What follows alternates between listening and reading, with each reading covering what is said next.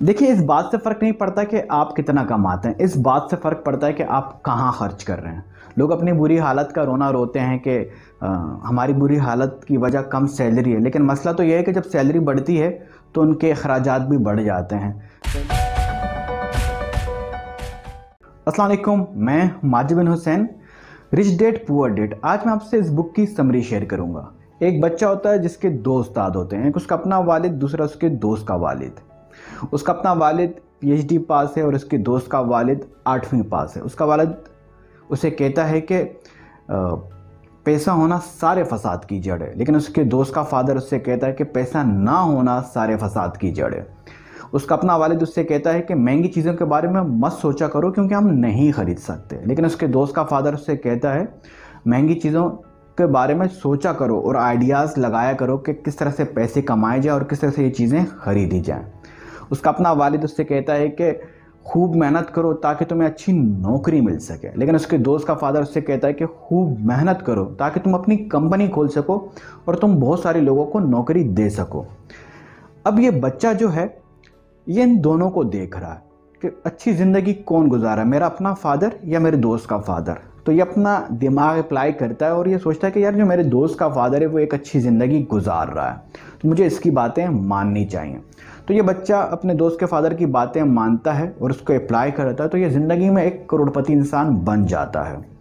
अब आप सोच रहे होंगे कि वो क्या बातें हैं, तो वो बातें मैं आपसे शेयर करता हूँ। अब देखिए, मिडिल क्लास दो तरह के होते हैं। एक वो होते हैं जिनके पास पैसे आते हैं और वो सारे पैसे जो है ना नई चीज़ें ख़रीदने में, नए कपड़े, नए जूते, नया मोबाइल, नई बाइक, नई गाड़ी ख़रीदने में लगा देते हैं। और दूसरे मिडिल क्लास फैमिली वो होती है कि जिनके पास पैसे आते हैं और वो सिर्फ सेविंग में जो है ना सेविंग कर करके और बड़ी मुश्किल से ज़िंदगी गुजारते हैं। और ये दूसरे वाले ये वो लोग होते हैं जो पैदा तो गरीब होते हैं लेकिन जब मरते हैं तो अमीर होते हैं और उनके मरने के बाद ये पैसा किसी और के काम आता है। अब आप सोच रहे होंगे ना पैसे लगाने हैं, खर्च करने हैं, ना पैसे सेविंग करनी है, तो फिर करना क्या है? तो मैं आपको वो बात सिखाऊंगा कि जिसे कहते हैं फाइनेंशियल स्टेटमेंट। ये चीज़ें अब इस वीडियो में सिखाने की ये चीज़ है कि फाइनेंशियल स्टेटमेंट आपको सिखानी है। अगर आप ये चीज़ सीख गए तो आप जो है ना एक अच्छी ज़िंदगी गुजार सकेंगे, आप अमीर बन जाएंगे। फाइनेंशियल स्टेटमेंट हमें सिर्फ दो चीज़ें पता है, इनकम और एक्सपेंस, यानी हमने कितना कमाया और हमने कितना खर्च किया। लेकिन ये आधी बात है। फाइनेंशियल स्टेटमेंट में दो चीज़ें और ऐड करें, एक है एसेट्स और एक है लाइबिलिटीज़। एसेट्स वो चीज़ें हैं जो हमें पैसे बना कर दें और लाइबिलिटीज़ वो हैं जो हमारी जेब से पैसे निकालें। देखिए, अमीर लोग जो अमीर होते जाते हैं ना वो अपने सारी जो है ना अपना इनकम, अपने पैसे वो एसेट्स बनाने में लगा रहे होते हैं, और जो दिन ब दिन गरीब होते जाते हैं वो अपने सारी इनकम जो है वो लाइबिलिटीज़ बनाने में लगा रहे होते हैं। तो अमीर लोग दिन ब दिन अमीर इसलिए होते जाते हैं कि वो एसेट्स पे लगाते हैं, तो वो एसेट्स जो है ना वो इनके इनकम को बढ़ा रही होती है। और गरीब दिन ब दिन इसलिए गरीब होते जाते हैं कि वो अपने सारे पैसे लाइबिलिटीज़ पे लगाते हैं और लाइबिलिटीज़ उनके एक्सपेंसेस बढ़ा रही होती है। एक कहानी से मैं आपको ये एसेट्स और लाइबिलिटीज़ वाली जो है ना ये फाइनेंशियल स्टेटमेंट समझाता हूँ ताकि आपको ईजिली समझ में आ जाए और आसानी से आपको ये चीज़ समझ में आ जाए कि ये हो क्या रहा है। देखें, एक दो दोस्त हैं जिनकी सेम सैलरी है, सेम जॉब है, ठीक है, सेम इनकम है, लेकिन एक अमीर बन जाता है और एक जो है ना गरीब हो जाता है। वो क्यों? एक के पास पैसे आते हैं तो वो नए कपड़े, नए जूते, नया मोबाइल, नए गैजेट्स, नई बाइक लेता है, लेकिन दूसरे के पास पैसे आते हैं तो वो जो है जब तक कोई उसे ज़रूरत ना पड़ जाए कि वाकई ये चीज़ अब लेना ज़रूरत है, उसे लेना चाहिए, तो वो तब जाके ना वो चीज़ ख़रीदता है।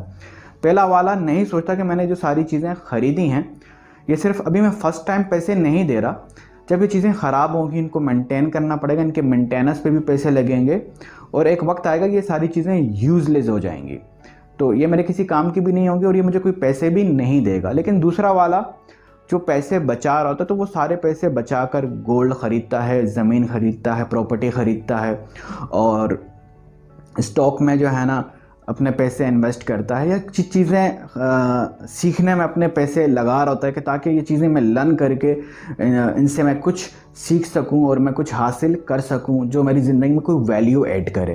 तो एक वक्त आता है जो पहला वाला जो सिर्फ लाइबिलिटीज़ पे पैसे लगा रहा है और नई नई चीज़ें ख़रीदने पे पैसे लगा रहा है, ये अपनी किस्मत को रोता है कि मेरी कम सैलरी की वजह से ना ये सब कुछ मुझे देखना पड़ रहा है। और दूसरा जो सिर्फ एसिड बनाने में पैसा लगा रहा था वो करोड़पति बन जाता है। देखिए, इस बात से फ़र्क नहीं पड़ता कि आप कितना कमाते हैं, इस बात से फ़र्क पड़ता है कि आप कहाँ खर्च कर रहे हैं। लोग अपनी बुरी हालत का रोना रोते हैं कि हमारी बुरी हालत की वजह कम सैलरी है, लेकिन मसला तो यह है कि जब सैलरी बढ़ती है तो उनके अखराजात भी बढ़ जाते हैं। पहले लोकल चीज़ें, सस्ती चीज़ें यूज़ करते हैं, लेकिन जैसे ही उनकी सैलरी बढ़ती है, उनके पास पैसे आते हैं, तो वो करते क्या हैं कि महंगी चीज़ें ख़रीदना शुरू कर देते हैं और जो है ना एक्सपेंसिव चीज़ें ख़रीदना शुरू कर देते हैं। ऐसा क्यों करते हैं? क्योंकि ज़्यादा पैसे जो है ना ज़्यादा अच्छी चीज़ें ख़रीदने पर इंसान को मजबूर करती हैं। फाइनेंशियल स्टेटमेंट में एक और चीज़ भी होती है जिसको कहते हैं टैक्स। अब आप सोच रहे होंगे ये कोई नई कहानी आपने क्रिएट कर दी। नहीं, ये टैक्स भी फाइनेंशियल स्टेटमेंट का एक पार्ट है, एक हिस्सा है। देखें, जो लोग जॉब कर रहे हैं उनकी इनकम के हिसाब से उनको ज़्यादा टैक्स देना पड़ता है, लेकिन जो लोग बिज़नेस कर रहे हैं उनकी इनकम के हिसाब से उन्हें कम टैक्स देना पड़ता है। अब आप सोच रहे होंगे ये तो गलत हो रहा है, ये तो कोई लूप फॉल है, ये तो कुछ निज़ाम ही गलत है। नहीं, ऐसा बिल्कुल भी नहीं है। आसान अल्फाजों में समझाता हूँ। जॉब करने वाले को टैक्स इसलिए ज़्यादा देना पड़ता है क्योंकि वो जॉब कर रहा है, लेकिन बिज़नेस करने वाले को टैक्स इसलिए कम देना पड़ता है क्योंकि गवर्नमेंट उसे जो है ना ये बेनिफिट देती है कि तुम जो है ना मार्केट में जॉब्स क्रिएट कर रहे हो, लोगों को नौकरियां दे रहे हो, तो तुम जो ये कंट्रीब्यूशन क्रिएट कर रहे हो, इस कंट्रीब्यूशन की वजह से जो है हम तुमसे कम टैक्स लेंगे ताकि तुम और जो है ना अपने बिज़नेस को बढ़ा सको और लोगों को नौकरियां दे सको और लोगों को जॉब दे सको। तो इसकी वजह से उसे वो जो है ना टैक्स कम देना पड़ता है। तो ये वीडियो बनाने का मकसद ये था कि आपको फाइनेंशियल स्टेटमेंट के बारे में सिखाया जाए कि इनकम क्या होती है, एक्सपेंस क्या होते हैं, एसेट्स क्या होते हैं, लाइबिलिटीज़ क्या होते हैं। तो ये चीज़ें आप सीख लें तो आपकी जो है ना वो कंडीशन, आपके हालात ठीक हो सकते हैं। ये सारी बातें मैंने आपको रिच डैड पुअर डैड से बताई हैं। उम्मीद करता हूँ कि आपको आज का टॉपिक, आज की वीडियो पसंद आई होगी। कमेंट करके बताएं कि नेक्स्ट वीडियो किस इशू, किस बात, किस परेशानी पर हो जिससे आप गुजर रहे हैं। जहाँ रहें खुश रहें। Take care. अल्लाह हाफिज़।